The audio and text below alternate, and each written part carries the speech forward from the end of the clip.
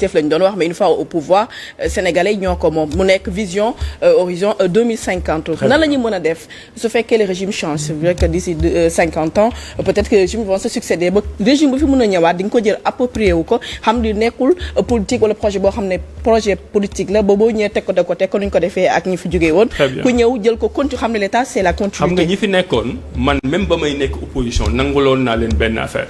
nee naa leen si seen biir PSE bi li ci nekk yëpp d'accorduma ci mais d'accord naa ci vision bi ngeen jël def ko ci at yu yàgg. mais li tax ñoom seen vision mënul dem ci at yu yàgg yooyu ñu ko bëggoon def parce que ñoom c'était un pot-pourri genre kaléidoscope la c'est-à-dire que dañuy ñëw bu Macky Sall demee voyage Russie gis fa stade bu bees mu ne man kat dama ñëw bëgg stade après bu demee rencontrer l'émir du Qatar xaw ma du Dubaï ñëw ne dama bëgg a port mu def port c'est-à-dire que dafa jël ay projet superposé ko amul cordon ombilical moo tax ku fi ñëw mais da ngay mën nga wekki rek continuer alors que ñun ce qu'on leur a proposé c'est une vision d'ensemble ak 3 étapes yoo xam ne dama bëgg sénégalais yi jàpp ko parce que li ñuy wax ñun dafa leer dañuy def une vision sur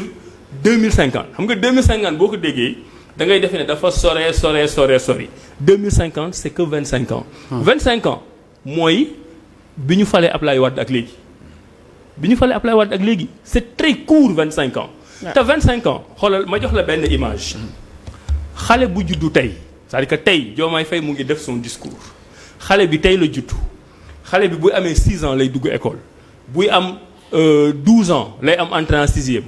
mu tegaat ci 7 ans buy am 19 ans lay am bac buy am 24 ans lay def master buy dugg ci 25e année bi xam ngeen 25 ans mooy une génération c'est pas un hasard buy am 25 ans war a nekk dans sa première année de travail ci le projet bi mise en œuvre bi di jeex donc tey et c'est très symbolique en prononçant un discours aujourd'hui pour ce Sénégal 2050 mu ngi mel ni mu ngi wax ak bébé bi nga xam ne tey la juddu ñu koy préparer son premier emploi pour 2050 quand il aura 25 ans quand il aura fini son master wala quand il aura fini ses études mais deuxième symbolique bi yemul foofu parce que dafa am la vision 2050 c'est une vision mooy li ñuy wax mag da ngay toog di xool fu sori loo xam ne xale gisu ko mais entre les deux dafa am master plan boobu 10 ans la 10 ans boobu ça peut aller sur 2 mandats parce que suñu dëkk yi ni muy fonctionner mu nekk des pays à construire il est extrêmement difficile nga mettre en place yenn projets yi sur 5 ans ñu ne dañ def master plan sur 10 ans décliné nañ ko dinañ ko mettre à la disposition des Sénégalais et on est encore plus raisonnable léegi dañu am nag benn plan d'action sur 5 ans donc c'est 25 ans c'est 10 ans c'est 5 ans mais sa question bi damay ñëw ci Mesri parce que tey li ñu def boo xoolee le premier ministre benn moment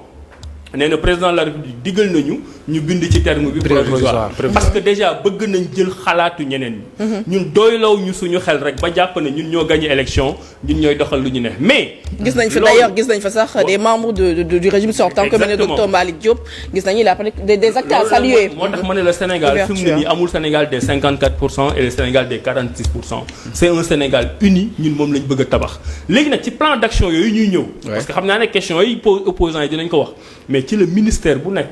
département bu nekk di def yow fi nga jëm man tey par exemple adopté guñu ko officiellement mais moi je vais vers le Antestri xam nga programme bi tey c'est lan agenda national pour la transformation Sénégal 2050 ñun ministère enseignement supérieur dañuy def agenda national pour la transformation de l'enseignement supérieur la recherche et l'innovation muy Antestri 2050 et bu boobaa boo leen xoolee le communiqué du Conseil des ministres du 28 août 2024 il y a à peine un mois et demi le président a décliné sa vision sur l'enseignement supérieur actuellement je suis en train de rencontrer tous les acteurs les étudiants les syndicats les personnels administratifs techniques et de services je vais rencontrer tous les anciens recteurs et les recteurs actuels tous les anciens ministres de l'enseignement supérieur et pendant 2 mois d'ici décembre ñooñu ñooy def l'Antestri ñooñu ñooy def la déclinaison dans l'enseignement supérieur la recherche et de l'innovation du plan Sénégal 2050. D'accord, on continue dinañ ñëwaat ci yow monsieur le ministre dinañ ñëwaat Ayoba. waaw tey moom la tey doo nekk chroniqueur tu poses des questions. Ouais. Monsieur le ministre fin septembre je pense da ngeen jàkkaarloog presse bi. Le premier ministre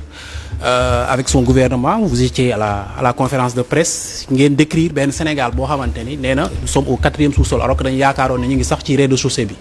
pour retraduire kii. ngeen décrire benn Sénégal quand même boo xam ne situation bu alarmante moo fi nekk économique en tout cas et financière dette publique boo xamante ni dañ ko falsifier chiffres yi nu mu tuddati déficit budgétaire boo xamante ni tamit dañ koo falsifier tey jii ngeen décliner seen projet référentiel Sénégal 2050 mais ci mu am benn projet boo xamante ni période 2025 ngeen décliner ci benn mécanisme de financement boo xamante ni yéen coût global bi 18 000 milliards ngeen ko kii. bëgg nañ xam ak situation bi ngeen fi fekk. ñu nekk 4e sous-sol tey jii ngeen soxlawaat 18 000 milliards pour financer benn projet 2025-2029 on veut vraiment savoir fan ngeen di jëlee fonds yi ak nan ngeen koy defee. gis nga responsabilité bi ñu jël tenir bailleurs de fonds yi ak toute la communauté internationale. un discours de vérité. ñenn ñi yaakaar ne xaru la loolu moo ñuy yàqal. loolu moo ñu mën a may nag justement ñu am ces 18 000 milliards sans aucune difficulté parce que gis nga banque bi boo fa tàmmee dem di traficoter say chiffres pour ñu lay lebal ay 1 million 2 millions 3 millions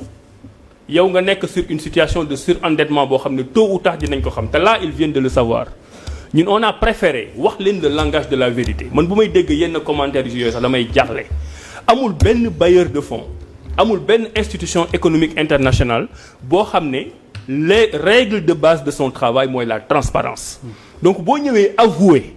nga ni mankat maa ngi door a ñëw li ma fi fekkoon du ay chiffres yu baax je vous présente les vrais chiffres situation bi nag doy na waar c'est un peu catastrophique dina am ay frémissements comme yi ngay gis ay notes bu ñuy wàññeek et cetera mais foofu ngay jógee defaruwaat ba faw j'ai l'habitude de dire qu'on ne construit pas sur du sable mouvant am na situation yoo xam ne boo ko fa fekkee nga bëgg fa nekk di daba daaxe di sul bukki di sulli bukki li ngay tabax du baax du dëgër du am njariñ ñun on a préféré jouer le langage de la vérité démat vers la communauté internationale donc communauté internationale boobu dans quelques mois dinañu gën a sawar wax ak Sénégal que Sénégal bi nga xam ne moo fi nekkoon parce que dinañ xam ne ñii ay nitu dëgg lañ ñii naxuñu leen te dañ bëgg am ak ñoom relation bu baax loolu benn la mais dañu wax aussi ne ñun dañu am yeneen levier yoo xam ne moom la ñuy mën a financer le financement public dafay continuer le Sénégal bu leen fàtte wax naa leen sànq am nañ First Oil on va vers des années yoo xam ne on va bien gérer pour am des ressources qui ressortent de ces industries extractives c'est d'ailleurs l'un des leviers bu ñu wax sur la compétitivité de l'économie Sénégal épargne intérieure bi bariwul c'est vrai mais on est en train de mobiliser le secteur privé national je me réjouis d'ailleurs de voir que les grandes institutions les grandes organisations du secteur privé national ñi ngi commencer di booloo bu boobaa foofu lañ jëmee ci le président Diomaye Faye di woowee la loi sur la souveraineté économique ou la loi sur le patriotisme économique gis nga tous ces milliards dont on parle ici muy TER muy BRT muy aéroport international Blaise Diagne yooyu yëpp bu doon même bu dee sa secteur privé mënu ko jël nga jox leen ci place bu am importante comme on est en train de le faire actuellement avec le contenu local mais yow am na foo xam ne boo fa tolloo du mën a dool bi di nga soxla toujours lépp mais lu ëpp ci li ngay soxla pour tabax ci sa biir réew nga koy jëlee entre ce budget muy ay financement public ak l'épargne intérieure l'investissement du secteur privé li ci des nag nga wàlliyaan te booy wàlliyaan dans ces conditions kenn du la teg ay conditionnalité te ci ngay mën a am dette boo xam ne bor boo xam ne taux d'intérêt bi ñu lay tegal du bari c'est ça que nous sommes en train de réinventer casser les codes jóge ci tricherie bi ak falsification yi regarder les gens les yeux dans les yeux parce que nag bu dee da ngay woote afro-souverainisme comme ñun on le fait gëm africain gëm sénégalais gëm ne ñun dañoo war a mën demal suñu bopp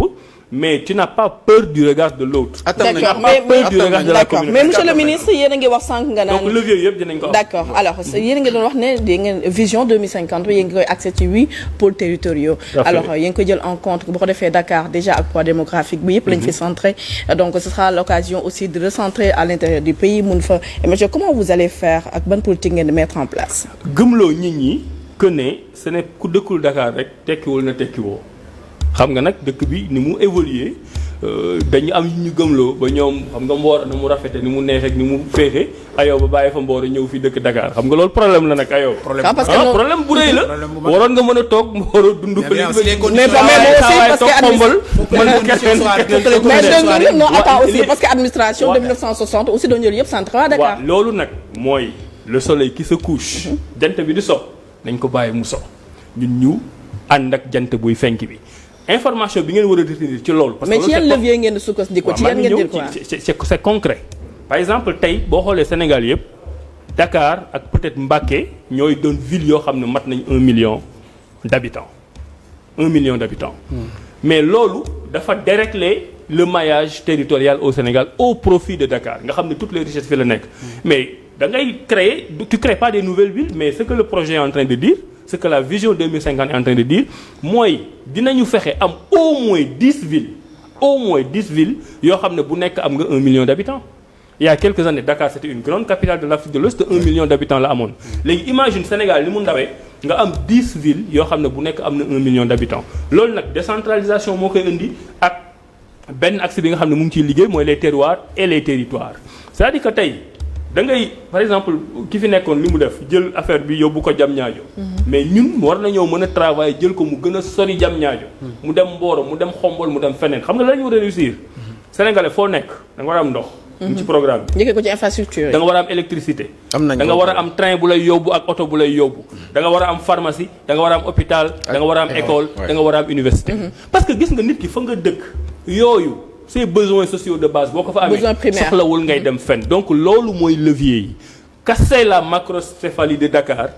travailler sur les terroirs à travers une politique de décentralisation ku nekk toog fa nga dëkk. ak emploi li nga wax ni yëpp li ñuy soxla la mais liggéey bi aussi. waa économie la bu dee Dakar ngay liggéey nga war a liggéeyee aussi. est-ce que loolu indi liggéey indi ko Dakar dañu jël liggéey yëpp indi ko Dakar moi je te donne un exemple très précis. Université foo def université balaa muy mat 5 ans. mu nekk am ay nit balaa muy mat 5 ans mu nekk ville tey ñu ngi tabax université Matam ñu ngi tabax bu Sénégal oriental xaaral dans 5 ans bu Kédougou mën na ñëw bu Louga mën na ñëw feneen mën na ñëw loolu c'est une forme de décentralisation on a aussi un ministre des collectivités locales qui travaille sur ça donc levier yi loolu la ñu comprendre que le Sénégal du Dakar rek pendant 60 ans tous les présidents yi fi nekk dañu xaw jël problème boobu réglé wuñu ko ñun on a les moyens et les capacités de les régler. ñaari capital est-ce que nekk na lu ngeen envisager aussi parce que man gisuma ko ci projet bi. ñaari capital pourquoi pas capitale administrative nekk Dakar capitale économique ñu yóbbu ko feneen. war na waxuñu ko explicitement. parce que man ni ma déggee 8 pôles yi je me dis que ni xëy na à long terme est-ce que du loolu la ñuy. mais booy xool sax pôle bu nekk mën na nekk capitalu dara parce que dañuy dem ci principe de spécialisation. voilà par exemple le Kédougou xam nañ ne dafa am ay industries extractives fa la or yooyu nekk nga jël ko def ko capitale boobu par exemple nga ne la Petite Côte vers Mbour nga jël ko def ko capitale du tourisme nga jël Saint-Louis mën nga ko def capitale de la pêche donc pour le moment on a retenu les 8 pôles territoriaux mais moom laa lay wax 8 pôles yooyu amagul tur parce que loolu ay waxtaan la mais bu ci nekk aussi dañ ko war a décliner ay décliner les raisons vont disparaître loolu moo tax yooyu nag yi di ñëw moo tax ma ne la ñun jàpp ñu ne dañu gagné ñun rek ñoo muus ñun rek ñoo xam ñun rek ñooy décider. mais loolu yow da nga ci am wàll yow ba am ci wàll soxna Khady am ci wàll. donc dina am ay prochaines étapes yoo xam ne les organisations de la société civile les syndicats ku nekk da nga ciy wax. justement monsieur le ministre est-ce que fu mu toll ni nga xam ne nga bëgg sénégalais bu nekk def ko seen moomeel mu vision 2050 bu Sénégal 2050 justement. est-ce que ce n'est pas le moment pour ñu inviter ñi nga xam ne ils sont dans l'opposition comme ni nga ko waxee de la société civile ak ñi nga xamante ne ils œuvrent pour le développement du Sénégal xam ne lii c'est pas seulement. mbirum politique mais sénégalais bu nekk moo ci war a gis boppam. soxna Khady ñun beddiwuñu kenn gars yi ñoo bëgg di xataraayu rek. mais est-ce que vous avez invité tey am na ñoo invité. mais bon man géré wu moon invitation yi. mais yow gis nga man gis naa ñu bëri ils font partie de l'ancien régime. c'est que man gëmuma compartimentation boobu. nee naa leen encore une fois gis nga Sénégal dañu bind ci constitution bi que le mandat n'est pas impératif. en bon français mooy député beeg président bi bu ñu xësee ba fal la. yow nekkaloo fi ñi nga xam ne ñoo la fal. moo tax man gëmuma peuple des 54% ak peuple des 46% loolu amul mais ku bëgg a jàpp ci liggéey bi na nga ñëw jàpp ci maintenant nag jàpp ci liggéey bi tekkiwul rek ne dañ lay jox décret dañ lay nommer ministre wala dañ lay joxe DG. mais ku nekk toogal fa nga toog gis nga sursaut bi ñu am au Sénégal tey président Diomaye di ko rappeler xeex yu ñu xeex sur les 3 dernières années ba ñu yëg si fii. gis nga waat naa ci yàlla ne gouvernement bi bu naroon échoué te gëm naa ne nag du échoué. mais bu naroon échoué dina metti ci Sénégal lool parce que dina jafewaat ñu am sursaut bu toy noonu. jeunes yi mobilisé wu. Sénégalais yi mobilisé wu ba un parti d'opposition. pour la première fois en Afrique. peut-être même du monde un parti d'opposition ñëw gagner le parti au pouvoir. au avec la manière. ça veut dire que loolu toutes les couches sociales dañ ci jàpp mu nekk un élan d'espoir un sursaut d'espoir mais loolu. farfarloo ak jëm élection warul tax ñu yàq ko. man nangul naa opposition na ku nekk def sa liste na ku nekk def sa campagne. bu ñu paree yàlla mooy joxe ak sénégalais yi. mais loolu bu mu changer suñu patriotisme ba tax ñu war a mën a tabax suñu réew. ñaar comme temps bi xëy na mi ngi daw. mooy dette publique bi parce que da ngeen a wax que ni 84% la da ngeen ko bëgg a wàcce ba 70%.